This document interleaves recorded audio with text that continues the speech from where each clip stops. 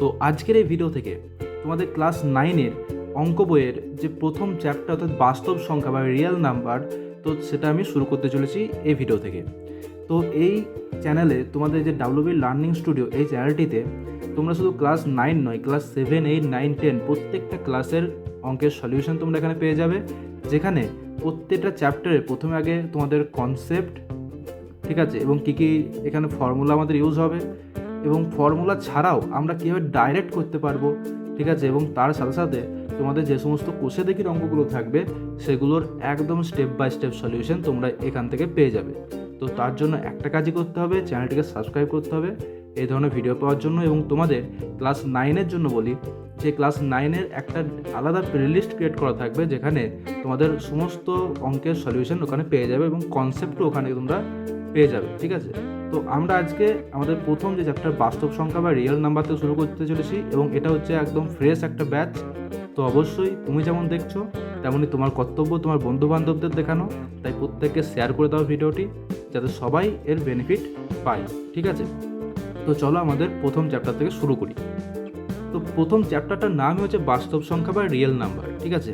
তো নাম্বার বলতে আমরা কি বুঝি, বা ডিজিট বলতে আমরা কি বুঝি, বা সংখ্যা যাকে বলবো আমরা, এই যে 0, 1, 2, 3, ঠিক আছে, এগুলোকে আমরা সংখ্যা বা নাম্বার বলি বা ডিজিট বলি, তাই তো।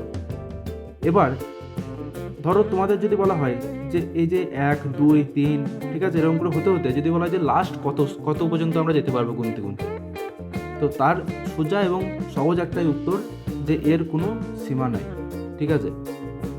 তাহলে এর একটাই উত্তর কি না, এর কোনো সীমা নেই, অর্থাৎ অসীম পর্যন্ত হতে পারে, তাই তো। এবার আমরা এই যে সংখ্যাতত্ত্ব, এই সংখ্যাতত্ত্বকে একটা আমাদের সংখ্যাতত্ত্বের যে লাইন, ঠিক আছে, বা কী বলা, সংখ্যা রেখা, ঠিক আছে, এটাকে কি বলা হয়, সংখ্যা রেখা, তাই তো, সংখ্যা রেখা। একটু ব্যাকগ্রাউন্ড নয়েজটা একটু তোমরা ইগনোর করো, ঠিক আছে, এটা কিছু করার নেই। তো এই সংখ্যা রেখাতে আমরা এই সংখ্যাগুলোকে বসাতে পারি। কেমনভাবে বসাতে পারি, এই সংখ্যা রেখার মাঝখানে আমরা জিরোকে রাখি, ঠিক আছে, এবং এই যে ডান দিকে যত সংখ্যা থাকে সেগুলোকে আমরা ধনাত্মক সংখ্যা বলি। কি সংখ্যা বলি, ধনাত্মক সংখ্যা, ঠিক আছে। এবং এর যে বাঁ দিকের এইদিকে যতগুলো সংখ্যা থাকবে, জিরোর অর্থাৎ শূন্যর বাঁ দিকে যে সংখ্যাগুলো থাকবে তাদের আমরা ঋণাত্মক সংখ্যা বলি, ঋণাত্মক সংখ্যা, ঠিক আছে। এবার এখানে তো আমরা এতদূর বুঝতে পারলাম যে হ্যাঁ, একটা সংখ্যা রেখা, এটাকে আমরা সংখ্যা রেখা বলি, এবং সংখ্যা রেখার মাঝে আমরা জিরোকে রাখি, এবং জিরোর ডান দিকে আমরা ধনাত্মক সংখ্যাগুলোকে বসাবো এবং বাঁ দিকে আমরা ঋণাত্মক সংখ্যাগুলোকে বসাবো। তো এই যে ধনাত্মক সংখ্যা, এদের কি কোনো নাম নেই, বা এই যে ঋণাত্মক সংখ্যা, এদের কি কোনো নাম নেই? হ্যাঁ, অবশ্যই আছে, ঠিক ধরেছ। তো এইদিকে আমরা কি বললাম, ধনাত্মক সংখ্যাতে +1, +2, +3, +4, +5 হতে হতে তোমাদের এখানে একদম অসীম পর্যন্ত সংখ্যা কিন্তু থাকে, অর্থাৎ ধনাত্মক দিকে অসীম পর্যন্ত সংখ্যা থাকে। ঠিক তেমনই এই বাঁ দিকেও -1, -2, -3, -4, -5 হতে হতে একদম এদিকে ঋণাত্মক অসীম, মানে অসীম পর্যন্ত ঋণাত্মক সংখ্যা আমাদের থাকে, ঠিক আছে। তো এবার এই যে ধনাত্মক সংখ্যা যেগুলোকে বলছি, অর্থাৎ পজিটিভ দিকে 1, 2, 3, ঠিক আছে, হতে হতে একদম ধনাত্মক দিকে অসীম পর্যন্ত যতগুলো সংখ্যা আছে তাদের আমরা একত্রে কি বলি, স্বাভাবিক সংখ্যা, স্বাভাবিক সংখ্যা, ঠিক আছে। তো প্লাসের আমরা 1 থেকে শুরু করে, অর্থাৎ ধনাত্মক দিকের আমরা 1 থেকে শুরু করে অসীম পর্যন্ত যত আমাদের সংখ্যা আছে সবগুলোকে আমরা একত্রে আমরা একটা নাম দিই, সেটাকে নাম হচ্ছে স্বাভাবিক সংখ্যা, যাকে আমরা ইংরাজিতে ক্যাপিটাল এন দিয়ে বোঝাই, ঠিক আছে। স্বাভাবিক সংখ্যাকে আমরা ক্যাপিটাল এন দিয়ে বোঝাই।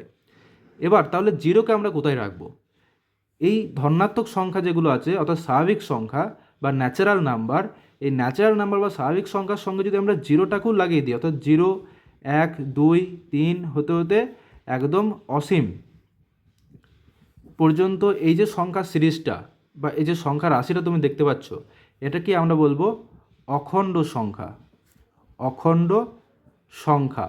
একে আমরা ইংরাজির ক্যাপিটাল ডাব্লু দ্বারা প্রকাশ করি।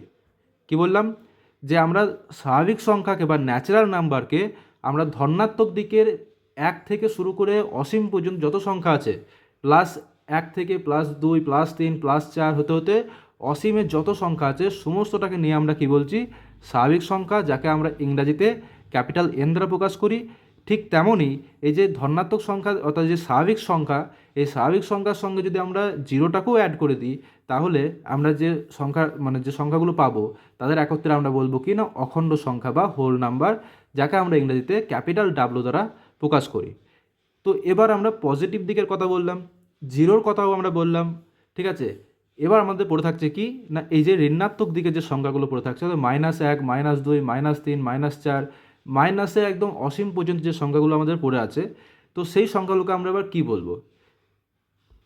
তো এই যে আমাদের জিরো এবং তার সঙ্গে পজিটিভ এবং নেগেটিভ, ঠিক আছে, ধনাত্মক এবং ঋণাত্মক যত সংখ্যা আছে, +-1 +-2 +-3, ঠিক আছে, মানে +1 +-1 +2 -2 +3 -3, ঠিক আছে, হতে হতে একদম যত সংখ্যা আছে, ঠিক আছে, যতগুলো আমরা এখানে এই সংখ্যা রেখায় দেখতে পাচ্ছি, একদম ঋণাত্মক দিকের অসীম থেকে শুরু করে আমাদের একদম ধনাত্মক দিকের অসীম পর্যন্ত যত আমরা সংখ্যা দেখতে পাবো বা যত সংখ্যা আমরা বলবো বা যত সংখ্যার কথা আমরা জানি, ঠিক আছে, তো প্রত্যেকটাকে নিয়ে এই যে জিরো +-1 +-2 +-3 মানে সমস্ত যত যা সংখ্যা আছে, ঠিক আছে, জিরোর সঙ্গে ধনাত্মক এবং ঋণাত্মক দিকে যত সংখ্যা আছে সমস্তটাকে নিয়ে আমরা বলবো যে ইন্টিজার, বা একে আমরা বলি পূর্ণ সংখ্যা, ঠিক আছে, পূর্ণ সংখ্যা, একে আমরা বলি ইন্টিজার।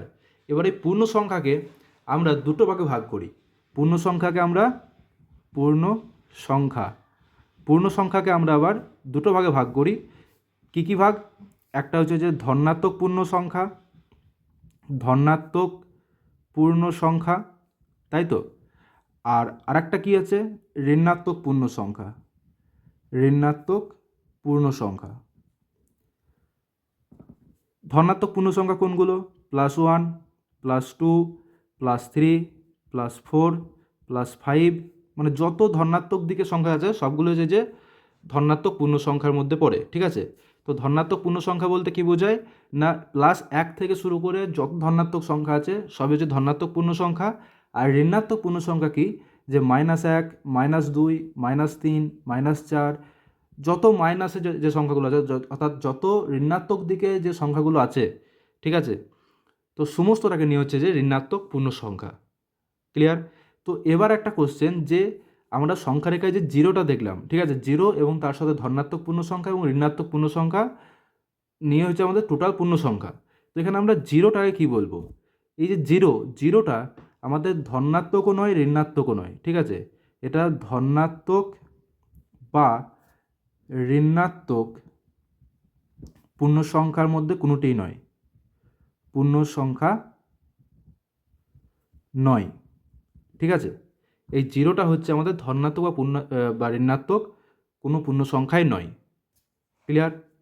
কিন্তু আমাদের পূর্ণ সংখ্যার মধ্যে জিরোটাও থাকে এবং ধনাত্মক পূর্ণ সংখ্যাও থাকে এবং ঋণাত্মক পূর্ণ সংখ্যাও থাকে।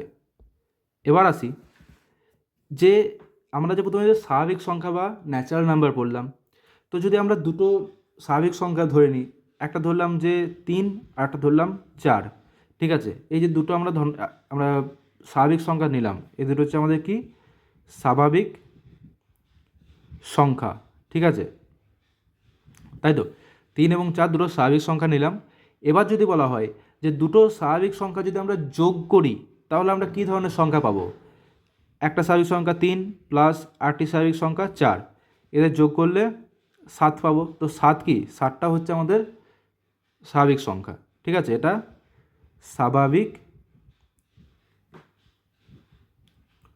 সংখ্যা, ঠিক আছে। তো 7টা কি বললাম, স্বাভাবিক সংখ্যা। এবার যদি বলা হয় যে দুটো স্বাভাবিক সংখ্যা যদি আমরা বিয়োগ করি, তাহলে কি পাবো? একটা স্বাভাবিক সংখ্যা ধরলাম 4 মাইনাস আরেকটি স্বাভাবিক সংখ্যা ধরলাম 3, তো বিয়োগ করলে আমরা কি পাবো? 1 পাবো। কিন্তু এটা কি, এটা যে স্বাভাবিক সংখ্যা, তো একটা এখানে একটা জাদু দেখাচ্ছি, দেখো, স্বাভাবিক সংখ্যা, কিন্তু এই জিনিসটা যদি আমি ঘুরিয়ে লিখি, যে একটি স্বাভাবিক সংখ্যা আমি ধরলাম 3, আর একটি স্বাভাবিক সংখ্যা ধরলাম 4, যদি বিয়োগ করি তাহলে আমরা -1 পাবো। কিন্তু এই -1 কি স্বাভাবিক সংখ্যা? -1 কিন্তু স্বাভাবিক সংখ্যা নয়। এই -1 এটা হচ্ছে আমাদের পূর্ণ সংখ্যা, ঋণাত্মক পূর্ণ সংখ্যা, ঠিক আছে? পূর্ণ সংখ্যা ঋণাত্মক দিকের। এবার যদি বলা হয় যে দুটি স্বাভাবিক সংখ্যা যদি আমরা গুণ করি তাহলে কী ধরনের সংখ্যা পাবো? একটা 3 গণিত আরেকটা স্বাভাবিক সংখ্যা কি 4, 3 4-এ গুণ করলে 12, 12 কিন্তু আমাদের স্বাভাবিক সংখ্যা, ঠিক আছে? এটা হচ্ছে যে স্বাভাবিক সংখ্যা। ক্লিয়ার? তো এখান থেকে আমরা কি পাচ্ছি যে দুটো স্বাভাবিক সংখ্যা নিতে হবে। সেখান থেকে এবার আমরা ধরো বিভিন্ন ধরনের যে আমাদের অপারেশন যেগুলো আছে, যেমন যোগ করা, বিয়োগ করা, গুণ করা, ভাগ করা, এগুলো আমরা করে দেখব এবং দেখব যে দুটো স্বাভাবিক সংখ্যা যদি যোগ করি কী পাবো। এখানে কি পেলাম? স্বাভাবিক সংখ্যা পেলাম। যদি দুটো স্বাভাবিক সংখ্যা বিয়োগ করি তাহলে কি পাবো? স্বাভাবিক সংখ্যাও পেতে পারি, আবার পূর্ণ সংখ্যাও পেতে পারি, ঋণাত্মক পূর্ণ সংখ্যাও পেতে পারি, ঠিক আছে? এবার যদি দুটো স্বাভাবিক সংখ্যা গুণ করি তাহলে কি পাবো? তাহলে আমরা স্বাভাবিক সংখ্যা পাবো। ক্লিয়ার? বেশ, এবার আমরা হচ্ছে যে পরবর্তী যেটা তার পূর্ণ সংখ্যা, ঠিক আছে? দুটো পূর্ণ সংখ্যার ঠিক এমনভাবেই যোগ করব, বিয়োগ করব, গুণ করব এবং ভাগ করব, দিয়ে দেখব যে আমরা কী ধরনের সংখ্যা এখান থেকে পাচ্ছি। ক্লিয়ার? প্রথমত আমরা প্রথমে দুটো পূর্ণ সংখ্যা এখানে নিয়ে নেব, ঠিক আছে? একটা হচ্ছে যে -3, আরটা হবে -7, ঠিক আছে? এই দুটো কি পূর্ণ সংখ্যা, পূর্ণ সংখ্যা।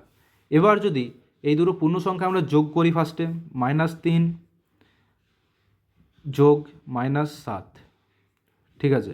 -3-এর সঙ্গে -7 আমরা যোগ করব, কী পাবো? -3 প্লাস আর মাইনাস যদি আমরা, যেহেতু গুণ হচ্ছে এখানে, তাই প্লাস আর মাইনাস গুণ করলে মাইনাস হয়ে যায়, তো -7। তো -3 আর -7 যদি থাকে তো মাইনাস আর মাইনাস যোগ হবে, তাই তো? 7 আর 3-এ 10, তো এর চিহ্নটা কী হবে? প্লাস হবে না মাইনাস হবে? দেখো এখানে যদি আমাদের এমন থাকতো যে +3 -7, তাহলে আমরা কী করতাম? মাইনাসের চিহ্ন দিতাম, কারণ বড়োর আগে যে সংখ্যা, যে চিহ্নটা আছে মানে 7-এর আগে মাইনাস আছে, তাই এখানে -10 হবে। ক্লিয়ার?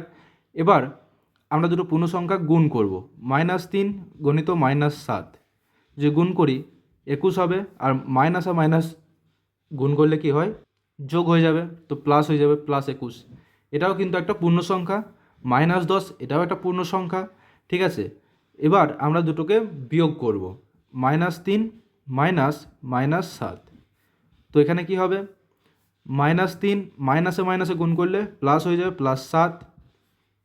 এবার এখানে দেখো -3 আর +7, ঠিক আছে, মানে বিয়োগ হবে, তো বিয়োগ হলে কত হবে? তো 4 হবে। 4-এর এখানে চিহ্ন কী হবে? বড়োর আগে কী চিহ্ন আছে? প্লাস আছে, তো +4, +4 এটাও কিন্তু হচ্ছে আমাদের পূর্ণ সংখ্যা, তাই তো? বেশ, এবার এখান থেকে আরেকটা তোমাদের খুবই গুরুত্বপূর্ণ যে কনসেপ্ট, সেটা হচ্ছে মূলদ সংখ্যা। মূলদ সংখ্যা বা একে বলা হয় যে র্যাশনাল নাম্বার, ঠিক আছে? তো র্যাশনাল নাম্বার জিনিসটা কি? যে আমরা ভগ্নাংশ তো সকলেই জানি, ঠিক আছে? ধরো 2/3, 5/7, ঠিক আছে, 8/13, এগুলো হচ্ছে আমাদের ভগ্নাংশ সংখ্যা, ঠিক আছে? এবার এইগুলোকেই বলা হয় আমাদের মূলদ সংখ্যা। কেন? মূলদ সংখ্যার যে ডেফিনেশন বা যে আমাদের সংজ্ঞা, মূলদ সংখ্যার যে সংজ্ঞা, সেই সংজ্ঞা থেকে আমরা কী পাই? যে ভগ্নাংশকে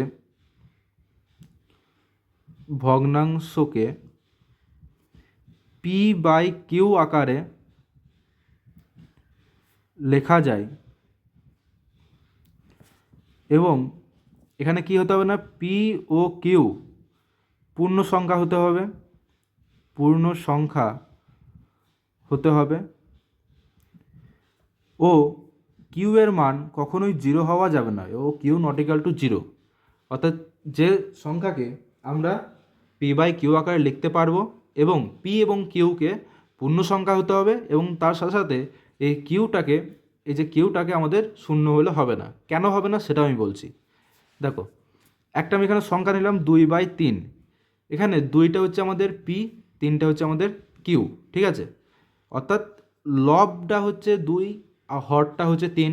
লব হর তো সবাই বোঝো, যে একটা ভগ্নাংশে ওপরে যে সংখ্যাটা থাকে, ধরলাম এখানে 2 আছে এবং নিচে আছে 3, ঠিক আছে। এই যে ওপরের সংখ্যাটাকে বলা হয় যে লব, আর নিচের সংখ্যাটাকে বলা হয় হর। এবার যদি এই হর আমাদের 0 হয়ে যায় তাহলে কি হবে? লব 0 হলে আমাদের অ্যান্সার আছে, ঠিক আছে, কিন্তু হর 0 হয়ে গেলে আমাদের সমস্যা। কেন বলছি? ধরলাম একটা, যে আমি ধরলাম প্রথমে লবটাকে আমি 0 রাখলাম, ঠিক আছে, আর হরটাকে আমরা 2 রাখলাম, এর কিন্তু অ্যান্সার হবে 0। কিন্তু আমরা লবটাকে 2 রাখলাম আর হরটাকে আমরা 0 করে দিলাম, এর কিন্তু কোনো অ্যান্সার নেই, ঠিক আছে, ক্যান নট বি ডিটারমাইন্ড, অর্থাৎ এটাকে আমরা সমাধান করতে পারবো না, অর্থাৎ একে আমরা সমাধান করতে পারবো না, ঠিক আছে। তো এইটার জন্যই আমরা কি না, কিউকে আমরা কখনোই 0 করতে পারবো না, ঠিক আছে। কিউ 0 হয়ে গেলে আমাদের কোনো অ্যান্সারই আসবে না। তাই আমরা লবকে 0 রাখতে পারবো, কিন্তু এই হরকে 0 রাখলে সেটা আমাদের হবে না, ঠিক আছে। এই জন্যই আমাদের এখানে অবশ্যই লিখতে হবে যে q not equal to 0, q কখনোই 0 হওয়া যাবে না। এমন কোশ্চেন দেখবো তোমাদের কোষে দেখিতে আছে কীরকম, যে একটা সংখ্যা ধরলো 5 ও একটা সংখ্যা 6, যদি বলে এই 5 ও 6-এর মধ্যে দুটো মূল সংখ্যা বের করো, কীভাবে বের করবে? একটা 5 এবং একটা 6, এদের মধ্যে বড় সংখ্যা কোনটি? 6। তো আমরা এই যে বড় সংখ্যা আছে না, এই 6-এর সঙ্গে 1 যোগ করে 7 বের হলো, ঠিক আছে, মানে যেটা বড় সংখ্যা থাকবে তার সঙ্গে আমরা 1 যোগ করে দেবো, তাহলে যে অ্যান্সারটা আসবে 7, ঠিক আছে। এই 7 যেটা বের হলো এটা হচ্ছে আমাদের ভগ্নাংশে মানে হরে থাকবে। তো 7, 5টাকে আমরা লিখবো 5, 5-এর সঙ্গে 7 গুণ করবো, 5 7 35, আর 6টা হবে যে নিচে 7 আছে, হরে 7, মানে হচ্ছে 6 7 42। তো দেখো 5কে 35/7 লিখতে পারি এবং 6কে 42/7 লিখতে পারি। তো এর মধ্যে আমাদের যদি বলা হয় যে দুটো মূল সংখ্যা বের করো, সহজ ব্যাপার। তো একটা হবে কি 35/7-এর পর 36/7 হবে, 37/7 হবে, 38/7 হবে, 39/7 হবে, ঠিক আছে, 40/7 হবে এবং 41/7 হবে। কিন্তু তারপর আর হবে না, কারণ তারপরে 42/7 মানেই 6 চলে আসবে, আর এদিকে 35/7 মানেই 5 চলে আসবে। তাই 5 ও 6-এর মধ্যে মূল সংখ্যা বললে আমাদের এইভাবে বের করতে হবে। এরকম যে কোনো, ধরো আমি একটা ধরলাম যে 3 ও 4, এদের মধ্যে আমাদের মূল সংখ্যা বের করতে হবে, সহজ ব্যাপার। তো বড় সংখ্যা 4, তো এর সঙ্গে 1 যোগ করবো আমরা 5, হরে আমরা 5 লিখব। তো 4টাকে আমরা কী লিখতে পারি? 20/5, আর এদিকে 3টাকে কী লিখতে পারি? 15/5। তো 15/5 মানে 3 লিখব, আর 20/5 মানে 4 লিখতে পারি। তো এদের মধ্যে যদি আমাদের মূল সংখ্যা বের করতে বলে, সহজ ব্যাপার। তো 15/5 এটাকে বাদ দিয়ে 16/5, 17/5, 18/5, 19/5, তারপরে 20/5 মানে 4 চলে আসছে। তো এইগুলো হচ্ছে 3 ও 4-এর মধ্যে মূল সংখ্যা। তো এইভাবে তোমাদের বের করতে হবে। এবার যদি বলে যে দুটো মূল সংখ্যা যদি আমরা যোগ করি কী সংখ্যা পাবো, যে একটা মূল সংখ্যা নিলাম 2/3 আর একটা মূল সংখ্যা নিলাম যে ধরো 3/5, এদের যদি যোগ করি, তো আমাদের প্রথমে এই যে হর যেটা আছে এই হরের আমাদের লসাগু বের করতে হবে। তো 3 আর 5-এর লসাগু কত? 15, ঠিক আছে। তো এবার উপরে দেখো 2 আছে, নিচে 3, ঠিক আছে। 3, এটাকে 15 করতে হবে, 15 করতে কী হবে না, 3কে 5 দিয়ে গুণ করতে হবে। তো 5 দিয়ে গুণ করলে ওপরটাকেও 5 দিয়ে গুণ করতে হবে, তো 5 দুগুণে 10, ঠিক আছে। নিচে দেখো 3 আর 5 আছে, আমাদের এখানে লসাগু 15 বের হলো। তাহলে এখানে হরটাকেও সমান করতে হবে, লবটাকেও সমান করতে হবে, তার জন্য কি করতে হবে? 5 দিয়ে গুণ করতে হবে। তার জন্য কি করতে হবে? 5 দিয়ে গুণ করতে হবে। তো এটা হবে 10 প্লাস এদিকে হবে, এটা 5 আছে মানে 3 দিয়ে গুণ করতে হবে। তো হরকে 3 দিয়ে গুণ করলে আমাদের লবকেও 3 দিয়ে গুণ করতে হবে। তো 3 3-এ 9 সমান হবে 19/15। এটাও কিন্তু আমাদের একটা মূল সংখ্যা। তাই আমরা এখান থেকে বলতে পারি যে যদি আমরা দুটো মূল সংখ্যা যোগ করি তাহলে আমরা মূল সংখ্যাই পাবো। ক্লিয়ার? তো এই ছিল আজকের ক্লাস, কেমন লাগলো অবশ্যই জানাবে। তো আজকে মোটামুটি তোমাদের যে বাস্তব সংখ্যা অর্থাৎ রিয়েল নাম্বারের প্রথম ক্লাস কমপ্লিট হলো, এবং এখান থেকেই তোমাদের যে কোষে দেখি 1.1, ঠিক আছে, কোষে দেখি 1.1, এটা আমি পরের দিন স্টার্ট করব এবং এখান থেকেই দেখবে তোমাদের কোশ্চেনগুলোর সমাধান সব হয়ে যাবে। তো কোষে দেখি 1.1 সলিউশন দেখার জন্য চ্যানেলটি অবশ্যই সাবস্ক্রাইব করো এবং পাশে থাকা বেল আইকনটিকে অল সেট করে রাখো এবং ভিডিওটি যদি ভালো লাগে একটা লাইক দিয়ে রাখবে এবং একটা সুন্দর কমেন্ট করে যাবে। আজকের ভিডিও এতটুকুই, দেখা হচ্ছে পরের দিন অন্য কোনো একটা ভিডিওতে, অন্য কোনো নয়, কোষে দেখি 1.1 সলিউশন নিয়ে। তো ততক্ষণ ভালো থেকো, সুস্থ থেকো এবং প্র্যাকটিস করতে থাকো।